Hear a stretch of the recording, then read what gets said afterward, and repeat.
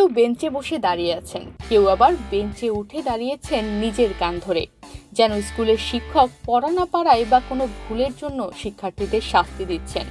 শিক্ষার্থীরাও সেই শাস্তি মেনেই নিচ্ছে। তবে শিক্ষার্থীদের কেউ আজ আর তরুণ নেই, বয়সের ছাপ পড়েছে সবার চেহারায়। স্কুল জীবনের পুরনো বন্ধু, শিক্ষক, সিনিয়র জুনিয়রদের পেয়ে হাসি আড্ডায় মেতে উঠেছেন সবাই। তাদের গল্পে উঠে আসছে স্কুল জীবনের স্মৃতি। 1904 সালে প্রতিষ্ঠিত এই বিদ্যালয়, এই বিদ্যালয়ের ঐতিহ্য ইতিহাস অনেক প্রাচীন। সুদীর্ঘ পরিক্রমায় এই বিদ্যালয়টি বহু জ্ঞানী গুণী মানুষের শৈশবটা শুরু হয়েছে এখানে। এই ছিল জুডো প্লেয়ার, এর সাথে আমরা এই মাঠে ফাইট করছি এবং আমি যখন রেসলার কুস্তি, আমরা কুস্তি করছি। ছোটখাটো ব্যাপার নিয়ে আমাদের এখানে ঝগড়া হইতো, মারামারি হইতো, আবার টিফিন নিয়ে মারামারি হইতো, আবার আপোষ হয়ে হইতো। তাহলে ম্যাট্রিক পাস করেছি স্কুল থেকে, মনে হয় সেদিন। আজকে 60 বছর হয়ে গেছে, 60 বছর পরে আবার স্কুল আসতো। এই অনুষ্ঠানের মূল প্রতিপাদ্যটা আমাদের ট্যাগলাইনে বলা আছে, জুড়ে থাকি আজীবন ভ্রাতৃত্বের বন্ধনে। তো আমাদের এই ট্যাগলাইনটাই আসলে আমাদের মূল ইন্সপিরেশন। তো এখানে আমাদের 1957 সালের যে ওল্ডেস্ট কেউ রেজিস্ট্রেশন করেছে, আর একবার 24 পর্যন্ত আছে। আমরা আসলে এই রিউনিয়নের মাধ্যমে অতীত এবং বর্তমানের মধ্যে একটা মেলবন্ধন সৃষ্টি করার চেষ্টা করছি। বিএনপির জাতীয় স্থায়ী কমিটির সদস্য ডক্টর আব্দুল মঈন খান এই স্কুলের 1962 ব্যাচের সাবেক শিক্ষার্থী। স্কুলের 12 দশক পূর্তিতে প্রধান অতিথি হয়ে আসেন তিনি। আমরা যখন ছাত্র ছিলাম এখানে, তখনকার পরিবেশ যে ঠিক এরকম ছিল তা নয়, কিন্তু সেখানে একটি ঐতিহ্য, যে ঐতিহ্য আমরা আজকে দীর্ঘ 6 দশকের বেশি সময় ধরে বহন করে নিয়ে এসেছি। এবং আজকে আমরা এখানে এসে দাঁড়িয়েছি সেই স্মৃতি চারণ করার জন্যে। আমরা দেখেছি স্কুলটির সৃষ্টি হয়েছিল একটি বিশেষ উদ্দেশ্য নিয়ে। আজকের প্রজন্ম একটি শব্দ জানে, নতুন একটি স্কুল হয়েছে, ল্যাবরেটরি স্কুল বলা বাহুল্য। এই স্কুলটি কিন্তু যখন প্রতিষ্ঠিত হয়েছিল আজকে থেকে 120 বছর আগে, তখন কিন্তু সেদিনে সেই ল্যাবরেটরি স্কুল হিসাবে এই স্কুলটি প্রতিষ্ঠিত হয়েছিল। কিসের ল্যাবরেটরি? এখানে শিক্ষকদের ল্যাবরেটরি হিসাবে। এবং শিক্ষকেরা এখানে প্রশিক্ষণ নিতেন। শিক্ষকদের প্রশিক্ষণ নিয়ে তখনকার দিনে সারা দেশে তাদের ছড়িয়ে দেওয়া হতো সঠিক ছাত্র গড়ে তোলার জন্য।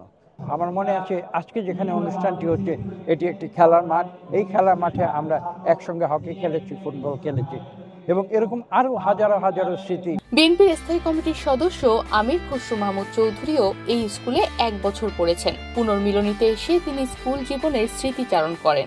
ক্লাস 3-তে লেখাপড়া করেছি। সত্যি কথা বলতে বহু বছর আগে আমার বাবা যখন যুক্তফ্রন্টের মন্ত্রী ছিলেন, তখন আমরা 1 বছর ঢাকায় ওই সময় থাকতে হয়েছিল। এই আরবানিটল স্কুলে আমরা পড়েছি, আমি, আমার বড় ভাই।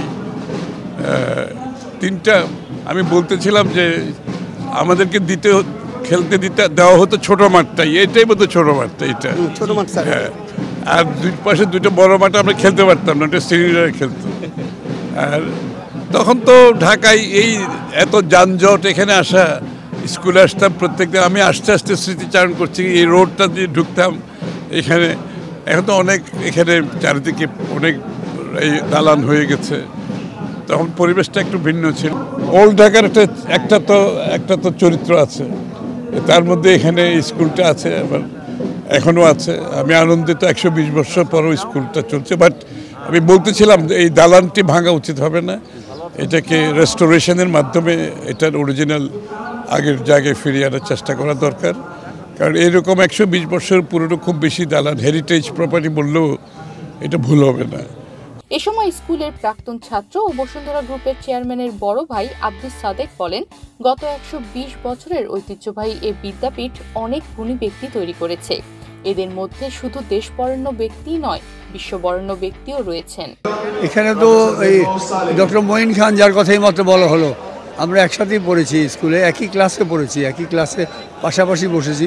কিছুদিন পরে অবশ্য চলে যায়, এবং ম্যাট্রিকে আমরা একসাথে যখন পরীক্ষা দিলাম, সে ফার্স্ট হয়েছিল অল ইস্ট পাকিস্তানে। ওইটাই লাস্ট ইস্ট পাকিস্তান একসাথে একটা বোর্ডের আন্ডারে পরীক্ষা হয়েছিল। যেটা হলো এই স্কুলের কথা, এই স্কুলে তো আমরা প্রথম যখন আসি এই স্কুলে প্রায় 71 বছর আগে, 1954, হ্যাঁ, অনেক অনেক বছর আগে। এখন আর স্কুল থেকে বের হয়ে যাবে 62 সনে, তাই না? এরপরেও আমরা 50, আমি মনে 75 সাল পর্যন্ত এই স্কুলে মোটামুটি এসেছি, এই মাঠে খেলেছিও। এরপরে খুব আশা হয়নি। আবার এর আগে যে পুনর্মিলনী হয়েছিল, পুনর্মিলনীতে এসেছিলাম, এবার আসলাম। আর আমাদের যেটা আমাদের বন্ধুবান্ধব, যারা আমাদের ক্লাসের বন্ধুবান্ধব, এটা তো সংখ্যায় কমে গেছে, মানে দে হ্যাভ ডাইড, তারা মারা গেছে, প্রকৃতির নিয়মে বেশিরভাগ চলে গেছে। আর কিছু অসুস্থ, যেমন 2-3 জন বন্ধু আসার কথা ছিল, তারা রেজিস্ট্রিও করেছে, বাট তারা আনফর্চুনেটলি আসতে পারেনি। এই স্কুলের সবচেয়ে বড় আমাদের যেটা আমাদের কৃতজ্ঞতা স্কুলের প্রতি, যে আমরা লেখাপড়া, খেলাধুলায় আমি কিছুটা সুনাম করেছি, ফুটবল, হকি, ক্রিকেট, যেটাই হোক, সমস্ত কিছু আমি মনে করি এই স্কুলটাই আমাদেরকে শেপ করতে সাহায্য করেছে। প্রথম এই স্কুল থেকে আমরা যা কিছু শেখার, লেখাপড়া হোক, খেলাধুলা হোক, এই স্কুলটারই মেইন কন্ট্রিবিউশন আমি মনে করি। হ্যাঁ, প্রতিষ্ঠার পর থেকে পর্যন্ত আরমানিটোলা হাই স্কুলে শুধু দেশবরেণ্য ব্যক্তি পড়ালেখা করেছেন এমন নয়, সে তালিকায় ছিল বিশ্ববরেণ্য ব্যক্তিবর্গ। সে তালিকায় রয়েছেন বিশ্বভারতীর সাবেক উপাচার্য অম্লান দত্ত, আন্তর্জাতিক খ্যাতিসম্পন্ন স্থপতি এফআর খান, প্রখ্যাত ক্রীড়াবিদ আব্দুস সাদেক, বসুন্ধরা গ্রুপের চেয়ারম্যান শিল্পপতি আহমেদ আকবর সোবহানের মতো সফল মানুষ। দেশের মাধ্যমিক শিক্ষায় আলোকবর্তিকা হয়ে আছে পুরান ঢাকার আরমানিটোলা সরকারি উচ্চ বিদ্যালয়।